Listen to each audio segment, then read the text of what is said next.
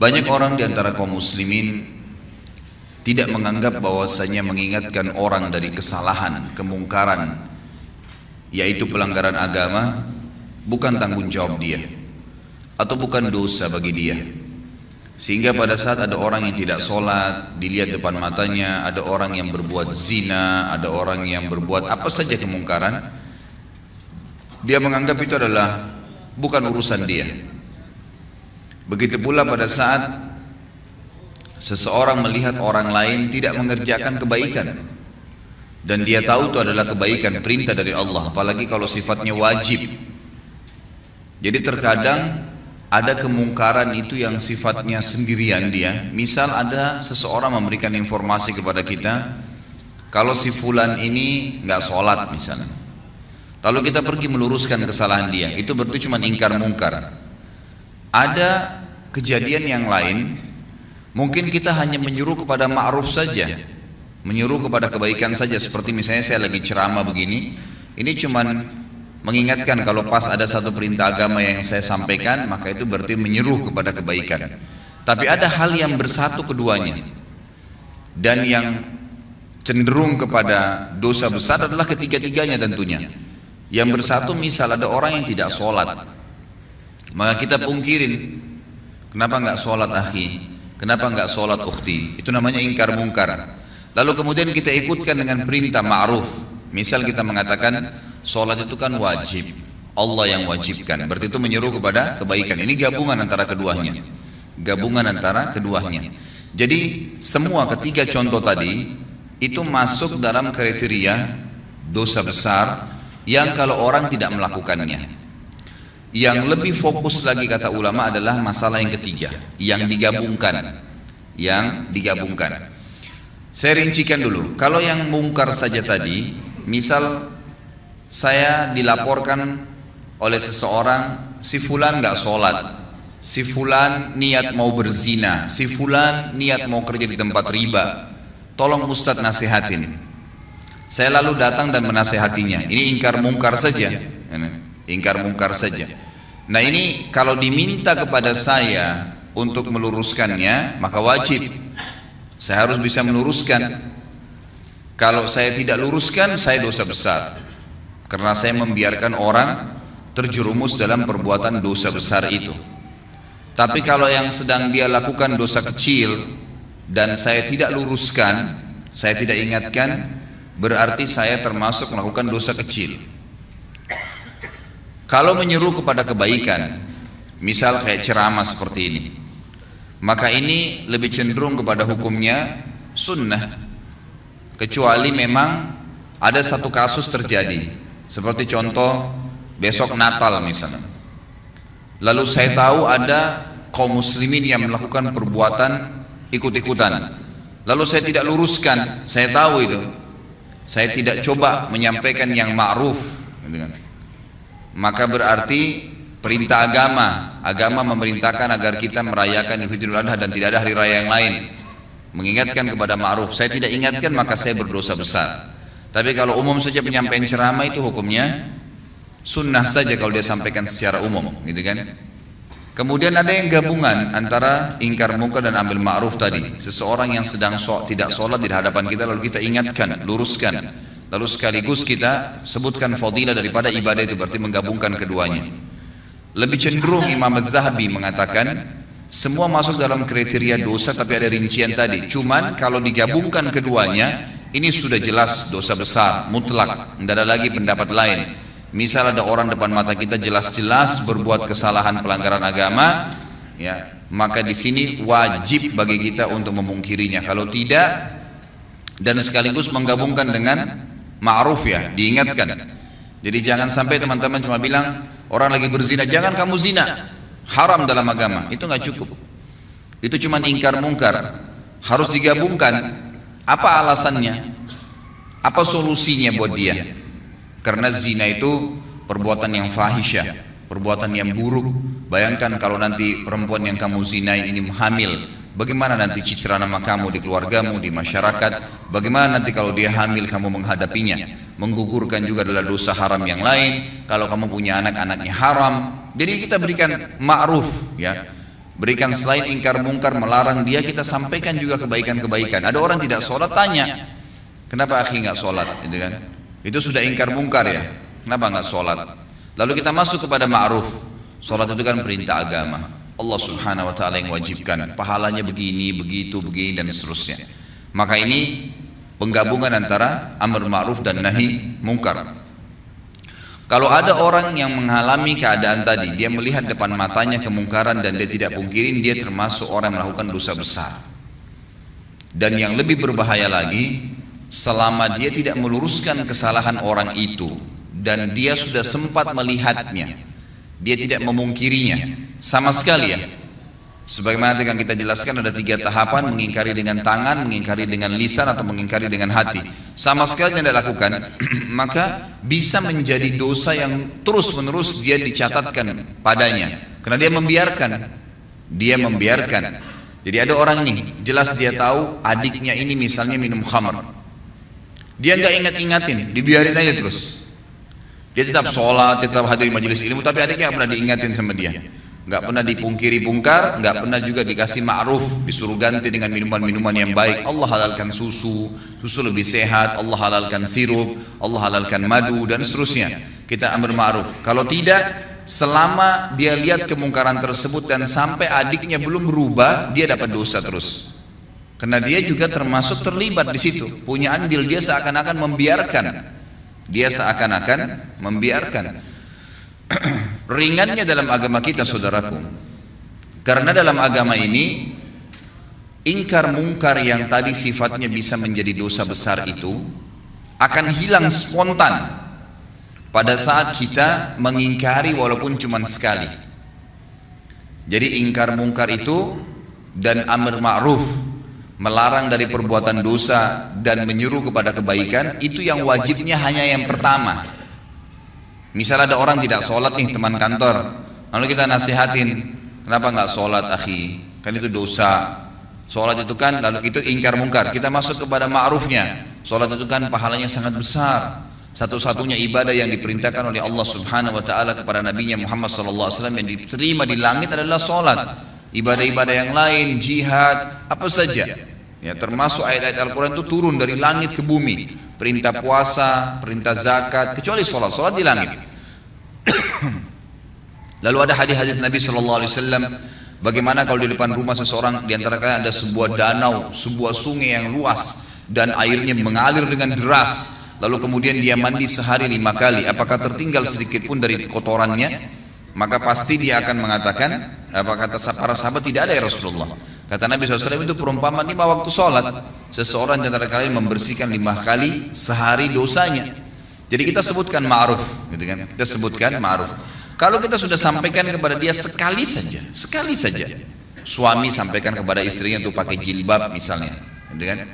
Atau orang tua nasihatin anaknya, teman nasihatin temannya atas kesalahan dia ya, diingkar mungkar, ingat selalu berhubungan. Larang kemungkaran, ganti dengan ma'ruf ya. Banyak orang tidak bisa meluruskan kesalahan orang lain karena dia cuma ingkar mungkar. Kamu nggak boleh begitu, selesai. Nggak cukup, harus diikuti dengan ma'ruf. Jelaskan kenapa dia tidak boleh, lalu berikan solusi. Zina pezina, solusi, berikan solusi pernikahan. Nggak usah pikir dia terima atau enggak, itu bukan urusan kita. Hidayah di tangan Allah Subhanahu Wa Taala. Ma'alaika illal balag. Allah SWT menyampaikan kepada Nabi SAW, tugasmu hanya menyampaikan saja. Tugasmu hanya menyampaikan. Jadi tidak ada tugas yang lain. Kita cuma sampaikan hidayah di tangan Allah Subhanahu Wa Taala. Kalau sekali saja, sekali lagi, Anda sudah ingkar mungkar dan amar ma'ruf, maka gugur hukuman dosa besar. Nggak ada lagi sudah. Jadi kalau sudah diingatin sekali, yang kedua, yang ke-100, yang ke-1000 itu sudah sunnah hukumnya. Sudah sunnah. Suami akan lepas dari tanggung jawab terhadap istrinya yang tidak mau pakai jilbab kalau dia sudah ingatkan, jilbab itu haram kalau kamu memperlihatkan aurat kamu. Ingkar mungkar dan ambil ma'ruf. Kan kalau kamu tutup aurat kamu itu malah menjalankan perintah agama, dapat pahala. Kamu juga tidak kehilangan apa-apa kok, malah tidak diganggu oleh orang lain dan seterusnya. Maka sudah sekali. Ternyata istrinya masih belum mau lakukan. Dia boleh tetap mengingatkan, mendoakan, tapi minimal dia sudah lepas dari beban hukum nih. Karena hukum ini yang penting ya. Nah, sekali saya sudah cukup. Sekali saja sudah cukup. Saya kasih contoh banyak sekali ikhwat dan akhwat sekalian, kemungkaran. Semoga Allah hilangkan ya. Maksudnya ini bukan dihilangkan total memang. Mungkar itu tetap ada, tapi minimal Allah Subhanahu tutupin ya hal-hal yang besar. Karena di Indonesia ini sangat luar biasa. Saya tidak bisa habis pikir, terus terang saya lihat pelang begitu besar di pinggir jalan, biskuit harus memperlihatkan perempuan yang dadanya terbuka. Apa hubungannya? Apa hubungannya antara biskuit itu dengan perempuan yang memakan itu dengan kelihatan semua badannya? Tidak ada sama sekali hubungannya, tidak ada. Jadi orang sebenarnya lebih melihat kepada artis yang sedang ada di pelang itu. Tapi yang berbahaya adalah kita ini lewat di pelang itu. Berapa banyak pelang yang kita lewatin penuh dengan iklan sampo perempuan tidak pakai jilbab, iklan biskuit tadi yang ini. Belum sekarang karena dibiarkan makin jadi. Saya kaget melihat ada di salah satu jalan, poros jalan besarnya luar biasa iklan itu, iklan celana dalam laki-laki. Dan laki-laki itu betul-betul dikasih gambar hanya pakai celana dalam. Ini luar biasa ini. Ya, semoga Allah berikan hidayah ya. Ini negara kita berbahaya sekali kalau kita biarkan terus begini ya. Jadi ini tidak boleh. Ya, harus ada batasan gitu kan. Mungkin seorang laki-laki ini pun kalau ya seorang laki-laki tampil dan memang di sebelahnya ada dus celana dalamnya, orang sudah paham. Oh iya, ini sudah ada. Jadi kalau misalnya diberikan iklan sesuatu, itu pun kalau digambar yang terpapar itu kan secara syar'i memang tidak boleh ya. Tidak boleh memang. Kalaupun orang mau lihat yang paling kecilnya, mungkin seorang laki-laki di sebelahnya ada dus celana dalam, mungkin gitu kan. Tapi kalau ditampilkan tanpa baju, tanpa celana panjang, cuma celana dalam, lalu besar pelangnya. Setiap perempuan yang lewat situ melihatnya, setiap laki-laki yang lewat melihatnya, itu kan itu mungkar. Maka wajib Anda pungkirin. Ya, wajib dipungkirin, tidak boleh dibiarin. Kalau dibiarin dosa besar tuh.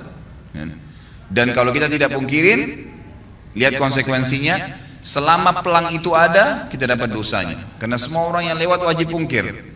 Tapi kelebihannya kalau kita sudah pungkirin sekali saja, maka sudah gugur kewajiban. Walaupun itu pelang masih ada, gitu kan. Tinggal sekarang tata cara ingkar mungkar itu seperti apa. Imam Az-Zahabi mengangkat hadis yang sudah masyhur ya, hadis riwayat Imam Muslim, di mana Nabi SAW bersabda, "Man ra'a minkum munkaran falyughayyirhu biyadihi, fa in lam yastati' fa bilisani, fa in lam yastati' fa biqalbi, wa dzalika adhaful iman." Barang siapa di antara kalian melihat suatu kemungkaran, pelanggaran-pelanggaran agama, maka hendaklah ia segera mencegahnya dengan tangannya. Tangan ini kata para ulama adalah kemampuannya, power yang dia miliki. Misal orang tua kepada anaknya, dia punya wewenang, anaknya lagi mabuk, diambil minuman kerasnya misalnya, atau dia tidak memberikan kebutuhannya kalau anaknya masih suka jalan dengan teman-temannya yang nakal-nakal, ditahan sama dia fasilitas, nggak boleh tinggal di rumah kalau emang tidak mau sholat misalnya, ya memang itu kewajiban dia, dia boleh, dia punya hak untuk itu. Atau atasan kepada bawahannya, kerja di sini wajib pakai jilbab, kerja di sini wajib sholat 5 waktu, yang tidak mau keluar. Sayangnya banyak orang-orang muslim ini, pengusaha-pengusaha yang paling diprioritaskan itu adalah kamu harus datang on time ya. Itu apa-apa, nggak masalah. Jam 7 pagi kamu harus hadir di sini, kalau lewat berapa menit saya potong gaji kamu. Kamu harus keluar jam begini, kamu harus pakai baju yang seperti ini. Dia peduli tentang urusan dunia, tapi masalahnya dia tidak peduli dengan urusan akhirat pegawainya. Dia tidak marah sama pegawainya kalau azan nggak sholat. Bahkan kadang-kadang lebih didahulukan untuk urusan dunia. Mungkin saya pernah sampaikan, saya wajibkan pegawai saya di toko sama restoran saya di Kalibata itu wajib untuk berhenti, nggak boleh. Yang tidak mau ikutin terlambat sholat saya berhentikan, nggak bisa. Saya tidak butuh duit, saya bilang 10 menit sebelum azan berhentikan orderan, nggak boleh, gitu kan. Sampai ada teman saya akhirnya ketemu dari Saudi, dia bilang saya pas masuk di restoran antum, saya belum tahu kalau itu restoran antum. Pas saya duduk, gitu kan, langsung dibilang maaf, orderan sekarang nggak bisa lagi, 10 menit lagi azan. Dia bilang ini saya baru temukan dari restoran begini di Indonesia ini. Ya, belum pernah ada yang larang kita mau pesan makanan 10 menit mau azan katanya. Terus kemudian saya bilang kayaknya pemilik restorannya berarti tahu agama nih. Beberapa waktu kemudian dia ketemu sama saya ngobrol-ngobrol, baru dia tahu ke restoran saya. Dia bilang, oh pantas dulu waktu saya mau makan nggak boleh sholat, nggak boleh makan kecuali sudah sholat. Loh iya memang begitu peraturan saya kasih, gitu kan? Harusnya begitu. Ditaruh di depan rolling door-nya itu tulis sedang sholat, nggak apa-apa, gitu kan? Harusnya begitu karena kita punya power. Akhirnya pegawai saya mau tidak mau, duhur, asar, maghrib, isya itu saya ngambil hukum syar'i di situ. Dan orang-orang bahkan tidak jarang, subhanallah, orang yang lagi makan, orang yang lagi belanja di toko tuh ikut sholat. Oh di mana masjidnya mas? Oh di sana, ditunjukin. Pergi sholat dulu, balik lagi habis itu. Subhanallah, kenapa orang bisa pada saat kebelet kencing ke kamar mandi? Kenapa pada saat azan nggak bisa ke masjid? Nggak ketemu alasannya gitu. Kalau alasannya hanya karena mau jual produk, ikhwas sekalian, berapa banyak produk yang antum jual jedah sholat itu, dan berapa banyak kerugian pahala yang antum kehilangkan karena tidak sholat awal waktu. Orang kalau meninggal, ikhwas sekalian, ini antum camkan baik-baik kata-katanya. Kalau kita meninggal, tidak ada keinginan sedikit pun untuk kembali ke mobil mewah kita. Tidak ada keinginan sedikit pun untuk kembali kepada istri yang cantik atau suami yang gagah. Tidak ada keinginan lagi untuk kembali melihat anak-anak. Nggak ada keinginan lagi untuk menikmatin ranjang yang mewah. Nggak ada keinginan lagi menikmatin rumah yang bagus. Nggak ada lagi. Semua orang yang meninggal, apa kata Allah SWT? Ya, orang-orang itu akan mengatakan, Rabbirji'un, ya Allah kembalikan saya, la'alli a'malu salihan fima tarakt. Siapa tahu saya bisa, kalau saya bisa kembali lagi ke dunia, ya, saya akan kembali dan saya akan beramal soleh. Mau berharap kembali sekali saja sholat awal waktu, mau kembali sekali saja sujud, mau kembali baca 5-6 ayat Al-Quran, mau kembali selesaikan zikir pagi sore, mau kembali amal-amal soleh. Enggak lagi antum pikirin tuh kantor kita, ya, baju, mobil. Orang kalau sudah mati nggak ada pikir itu.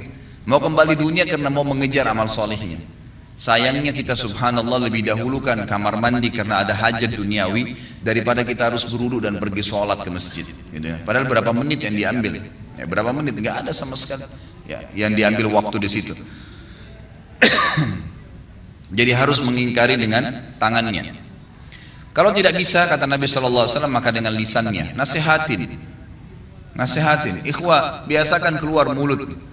Orang bisa ngomong semaunya di TV, di media. Orang yang tidak punya ilmu, tidak punya akhlak ngomong. Nggak ada tata krama dalam ucapan-ucapannya. Kadang-kadang sampai mencoreng kehormatan agama. Ngomong semaunya. Kenapa anda ini atau antum ini yang sudah faham agama tidak bicara kebaikan? Syaitan kadang-kadang membuat kita ragu untuk menyampaikan. Sampaikan saudara. Saf miring, maaf miring pak, safnya luruskan. Selesai kalimat. Nggak ada orang tiba-tiba tonjok kita gara-gara ngomong gitu. Orang tidak normal itu. Apalagi kalau sudah masuk masjid mau sholat, insya Allah pasti dia bergerak kok, gitu kan? Kalau dia sudah ingatkan sekali, tetap aja nggak mau, dia seakan-akan tidak mau dengar, sudah. Tapi kita sudah lepas dari tanggung jawab hari kiamat, harus itu ya. Dalam sebuah hadis yang sahih riwayat Imam Ahmad, kata Nabi SAW, siapa yang lihat kemungkaran pada seseorang dan dia tidak memungkirinya secara sengaja nih, betul-betul dia tahu di depan matanya. Jadi bukan misal ada orang berbuat mungkar di layar TV, kita nggak mungkin pungkirin kan? Maksudnya tidak mungkin pungkirin dengan tangan ya, bisa dengan hati mendoakan. Tapi di sini kalau ada orang yang lihat depan matanya, dia tidak pungkirin dengan tangannya, dia tidak pungkiri dengan lisannya, maka ini berbahaya sekali. Selama itu ada maka akan menjadi dosa, selama dilakukan akan menjadi dosa buat dia. Tapi dia kalau pungkirin sekali lepas dari beban hukum. Tapi hadis ini sangat tegas nih. Siapa yang lihat kemungkaran pada diri seseorang lalu dia tidak pungkirin dengan tangannya kah, dengan lisannya kah, atau nanti saya jelaskan dengan hati yang selemah-lemah iman di situ, maka orang yang berbuat mungkar itu akan datang hari kiamat di depannya Allah, lalu mencekik leher orang yang melihatnya berbuat mungkar dan berkata, ya Allah, orang ini lihat saya buat mungkar dan dia tidak ingatkan, maka hukumlah dia. Bayangin tuh. Jadi kita nggak boleh masuk surga sendirian. Ingatkan orang, saudaraku. Lisan itu ucapkan kalimat yang baik. Kata Allah SWT dalam Al-Quran, wa mathulu kalimatin tayyibatin kasyajaratin tayyibatin asluha thabitun wa far'uha fis sama'. Perumpamaan kalimat yang baik tuh, nasihat, zikir, ayat Al-Quran, seperti sebuah pohon yang ditancap di dalam bumi lalu tumbuh dengan sangat kuat dan kokoh sampai menjulang ke langit, gitu kan. Jadi tu'ti ukulaha kulla hinin bi'idni rabbiha. Selalu saja pohon itu bermanfaat. Buahnya kah, daunnya kah, naungannya kah, orang bernaung di bawahnya akan bermanfaat. Seperti itu kalimat yang baik. Ucapkan, sampaikan, gitu kan, selalu. Kemudian yang ketiga adalah mengingkari dengan hati. Dan ini selemah-lemah iman. Dan kata para ulama, Imam Az-Zahabi memasukkan ingkar mungkar ini dalam dosa besar karena adanya sabda Nabi SAW di akhir hadis ini, وَذَلِكَ أَضْعَفُ الْإِيمَانِ. Dan itu selemah-lemah iman, artinya tidak ada lagi hitungan iman setelah itu. Jadi ada ancaman tapi seperti tidak kelihatan secara tulisan, gitu kan. Ingkar mungkar dengan hati, lewat di pelang, ya Allah mudah-mudahan saja engkau hilangkan ini, ya Allah saya tidak senangin ini, ya Allah berikan atasan saya hidayah, ya Allah berikan hidayah orang tua saya. Tapi itu selemah-lemah iman, cuman itu ingkar mungkar juga termasuk. Kalau sudah sekali saya dalam hatinya mengatakan, ya Allah tolonglah berikan hidayah, ya Allah ginilah, sudah selesai. Dia sudah lepas dari hukuman dosa besar ini. Yang penting ingkar mungkar dulu. Dan ingat selalu ikutkan dengan ma'ruf, ya. Jadi misal, ya Allah buatlah dia berhenti untuk tidak sholat dan mudahkanlah dia untuk mengerjakan sholat itu. Karena kadang-kadang doa kita Allah berikan seperti yang kita minta, ya. Ya Allah buatlah istri saya pakai jilbab misalnya. Lalu berhenti sampai di situ. Ya sudah dia pakai jilbab, tapi pakai jilbabnya kita belum tahu bagaimana. Tapi ya Allah berikanlah dia hidayah supaya dia tinggalkan dosa kelihatan auratnya ini, lalu berikanlah dia hijab dan buat dia istiqamah di hijab itu. Berikan dia hijab yang syar'i yang betul-betul dia sadari itu adalah sebuah kebaikan. Lengkap doanya minta kepada Allah SWT. Maka itu sangat baik, ya itu sangat baik. Jadi ingkar mungkar dalam hati pun harus, ya, harus. Dan juga dari sisi lain kata para ulama, hikmah, tentu ini sangat peka ya. Hikmah yang sangat besar daripada ingkar mungkar amar ma'ruf adalah bagaimana supaya ma'ruf itu, perbuatan-perbuatan baik selalu meninggi karena banyak orang yang kerjakan, dan mungkar nanti akan teredam. Karena setiap orang diantara kita kalau dia jalan dari masjid ini misalnya pulang ke rumahnya sebentar, pasti dari masjid ini ke rumahnya itu akan banyak sekali kemungkaran. Bayangkan kalau seseorang di antara kita, anggaplah kita yang hadir sini misalnya 200 orang. 200 orang ini kalau pulang menuju ke rumahnya misalnya, kira-kira pada saat dia pulang menuju ke rumahnya dia lihat 10 kemungkaran dan dia pungkirin 10 kemungkaran. Berarti kita punya 2000 kemungkaran yang kita luruskan. Gitu kan? Contohnya saja, walaupun dengan hatinya berdoa kepada Allah SWT. Kalau dia bisa dengan lisannya baiklah, alhamdulillah, gitu kan, dan seterusnya. Jadi ini bab yang harus kita jadi. Ini kesempatan pahala. Pahala yang paling banyak kata para ulama yang bisa didapatkan oleh seseorang dari amar ma'ruf nahi mungkar. Itu yang paling banyak. Karena banyaknya kemungkaran di jalanan, kan gitu. Ada orang perempuan yang lewat tidak pakai jilbab, berapa banyak tidak pakai jilbab. Kita tidak harus melihat tapi mengatakan, ya Allah berikanlah hidayah kepada semua orang-orang yang perempuan yang tidak pakai jilbab ini, dan siapapun yang seperti dia seluruh dunia. Berapa banyak pahala yang kita bisa dapatkan. Jadi ini hal mendasar yang harus difahami dalam masalah ingkar mungkar. Ini Imam Ghazali masukkan dalam kategori dosa besar yang ke-78. Kemudian beliau mengangkat juga hadis yang lain. Ini diriwayatkan oleh Imam Muslim juga dalam Kitabul Iman, hampir sama dengan tadi yang pertama, atau sama dalam Kitabul Iman cuma beda nomor hadis. Dalam hadis yang milik Imam Muslim kata beliau tentang kezaliman, bunyinya ada awal hadisnya, tapi ini beliau angkat cuma pertengahan hadisnya. Faman jahadahum biyadihi fahuwa mu'min, wa man jahadahum bilisanihi fahuwa mu'min, wa man jahadahum biqalbihi fahuwa mu'min. Laisa wara'a dzalika minal imani habbatu khardal. Siapa yang melihat kemungkaran lalu dia melawan, meluruskan kemungkaran itu, siapa yang meluruskan kemungkaran itu dengan tangannya, maka dia adalah seorang mukmin. Siapa yang meluruskan kesalahan dengan lisannya, maka dia juga orang mukmin. Dan siapa yang meluruskan kesalahan dan kezaliman, kemungkaran dengan lisannya, maka dia juga mukmin. Dan tidak ada iman setelah itu sekalipun atau sebesar biji sawi pun. Artinya tidak dianggap orang beriman kalau tidak mau ingkar mungkar. Ada hadis yang agung riwayat Bukhari di mana Nabi SAW bersabda, suatu hari pernah Jibril diutus oleh Allah untuk menghancurkan satu negeri. Pada saat Jibril tiba di negeri itu, Jibril berkata, ya Allah, kata Allah, ini hancurin negeri itu. Kata Jibril AS, ya Allah, di negeri itu ada hambamu fulan, orang saleh. Ada hambamu fulan, orang saleh. Kata Allah SWT, mulai dari orang itu. Azab yang akan saya turunkan ini, mulai pada orang itu. Karena dia tidak pernah menyeru kepada kebaikan dan melarang kemungkaran. Ini banyak orang ini, cirinya di Indonesia banyak sekali. Dia azan ke masjid, tapi nggak pernah mau tahu tetangganya sholat kah, orang yang dilewatin kah, padahal cuma tinggal ucapin. Saya kadang-kadang kalau lewat di masjid dekat rumah saya, lagi duhur, banyak penjual-penjual ya kaki lima atau orang yang mampir, mereka istirahat di teras masjid, tapi nggak sholat. Nggak sholat, subhanallah ya, semoga Allah berikan hidayah. Saya lewat cuma mengatakan, Pak, Mas sholat Pak, padahal sudah dengar azan tuh kan, mereka tetap duduk aja. Kita cuma ingatkan, Pak, Mas sholat. Kan? Kadang-kadang pernah ada ibu-ibu juga situ jual gado-gado, Bu, duhur Bu, sholat. Hanya itu saja. Tidak pernah tuh ada yang ngomong kasar sama saya. Yang ada cuma, oh iya terima kasih Pak, cuman gitu saja. Tapi saya sudah dapat pahalanya, saya juga sudah lepas dari dosa besar. Dan lepas daripada ancaman tadi, orang yang berbuat kemungkaran yang tidak dipungkirin akan mencekik leher orang yang melihatnya kalau tidak mengingatkan pada hari kiamat, nuntut sama Allah di mahkamah Allah agar orang ini dihukum. Ya, orang yang dia berbuat kemungkaran ya. Makanya di sini harus kita biasakan diri kita, ikhwas sekalian. Yakinlah bahwasanya agama ini adalah agama yang lurus, agama yang benar, agama yang paling diterima di sisi Allah Subhanahu wa taala. Maka kita harus bangga dalam menjalankan agama ini. Banyak orang tidak mau amar ma'ruf nahi mungkar, tidak mau menyuruh kepada kebaikan-kebaikan agama yang tidak mau melarang dari kemungkaran. Itu karena alasan mungkin dia masih belum yakin tentang kebenaran agama. Kalau dia yakin, kenapa harus ragu? Kenapa harus ragu? Akhwat kita di belakang sana, kenapa ragu? Ukhti pada saat ketemu dengan seorang muslim yang tidak pakai jilbab, tanya dia, kenapa enggak beli buku? Buku sering saya bawain, buku-buku ada dulu, saudariku apa yang menghalangi untuk berhijab, harganya mungkin cuma 10 ribu, 12 ribu rupiah.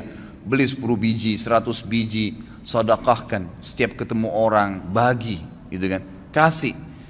Itu nanti yang kita harapkan dan kita bersyukur pada Allah pada saat meninggal, berharap bisa mengulangi perbuatan-perbuatan itu. Karena sudah tidak bisa lagi menambah amal pada saat meninggal. Ya tentu kalau laki-laki masih ada pembatas dengan wanita kalau dia mau ngomong dalam syar'i ya. Tapi kalau akhwat kita, berapa banyak kesempatan untuk antunna, untuk kalian maksudnya ya. Kalau laki-laki biasanya dikatakan antum, ya. Kalau perempuan antunna, untuk antunna lakukan, ya. Banyak sekali. Menyuruh perempuan-perempuan itu pakai jilbab, lagi belanja pakaian di pasar tidak pakai jilbab. Bu, assalamualaikum, salam, muslimah iya. Bu, kakak nggak pakai hijab Bu? Ya, mungkin dengan sambil bercanda, ibu kalau pakai hijab cantik juga kok, misal, gitu kan? Itu kan perintah agama. Sambil ngobrol, sambil bayar. Siapa tahu Allah berikan hidayah. Bayangkan kalau semenjak itu kemudian dia pakai jilbab, misal, dia pakai jilbab. Selama dia pakai jilbab sampai dia meninggal, Anda dapat pahalanya. Karena Anda penyebabnya. Gitu kan? Nabi SAW jelaskan kan, man dalla ala khairin kana lahu mithal ajri fa'ilihi min ghairi an yanqus min ajri fa'ilihi syai'a. Siapa yang menyuruh kepada kebaikan, maka dia akan dapat pahala pelaku kebaikan itu tanpa dikurangin sedikit pun dari pahala pelaku kebaikan itu. Misal saya suruh orang pakai jilbab tadi, kemudian dengan dia pakai jilbab dia dapat 1000 pahala. Maka Allah memberikan saya bonus karena saya menyuruh dia, maka saya akan dapat pahala 1000 seperti dia tanpa mengurangi pahalanya. Itu luar biasa. Maka semestinya kita coba gunakan kesempatan gitu. Saya masih ingat terus ya, terngiang-ngiang teman dekat saya Ali Arimi di Mekah, semoga Allah jaga beliau. Subhanallah sudah berapa tahun putus hubungan, sekarang baru masuk ke WhatsApp saya kemarin. Saya ingat betul dia sama istrinya di Indonesia, waktu masih tugas ngajar dosen di Indonesia 4 tahun, dia sahabat dekat saya. Selalu dia, subhanallah, kalau jalan ke mall, jalan ke pasar sama istrinya, selalu dia bawa buku terjemahan bahasa Indonesia dan ditaruh di tas istrinya. Kalau ada pegawai perempuan, apa saja, aksesoris, jual di restoran, apa segala, ditanya, dia suruh istrinya tanya muslimah bukan muslimah, kenapa nggak pakai hijab, gitu kan? Kadang-kadang cuma dijawab dengan senyum, kadang-kadang oh iya, ya. Kalau cuma ditanya kenapa tidak pakai hijab, bukan ingkar mungkar ya, harus ikutin dengan ma'ruf, begini langsung, ya, langsung dijawab, langsung diberikan gambaran kenapa nggak pakai hijab. Hijab itu perintah agama loh. Nah, jadi ada ma'rufnya. Ada yang memotivasi dia, jangan di-cut di situ saja. Kenapa nggak pakai jilbab? Dianggap dia dihardik. Tapi kalau kita masuk ke amar ma'ruf, dia merasa dididik, gitu kan? Dengan cara apa? Kita mengatakan pakai hijab itu adalah perintah agama. Bayangkan kalau setiap orang melihat Anda, yang itu. Dari sini saya tempat kerja, pulang ke rumah, 10 orang yang dilewatin. Mungkin ada tukang becak, tukang gerobak, supir taksi, siapa sajalah orang yang lihat, setiap laki-laki lihat dapat dosa. Ngapain panen dosa itu untuk apa? Misal kita sampaikan, subhanallah, mungkin dia dapat pahala gitu kan. Saya pernah amalkan, saya akhirnya semenjak itu ya, semoga Allah berikan beliau pahala. Saya coba kemanapun saya pergi, saya coba bawa buku-buku. Saya coba bawa buku-buku. Kadang-kadang saya mampir di pinggir jalan penjual buah. Kalau ibu-ibu yang jual saya tanya, muslimah? Iya. Kadang-kadang cuma pakai topi di kepalanya dianggap sudah hijab tuh. Coba kita ingatkan, Bu, pakai jilbab itu dalam Islam wajib, Bu. Itu kan diperintahkan oleh agama, dan leher itu termasuk aurat gitu ya. Ada buku, ini ada buku mungkin ibu bisa baca. Malah sebenarnya mereka tambah dekat dengan saya itu dengan ingkar munkar dan amar ma'ruf tadi.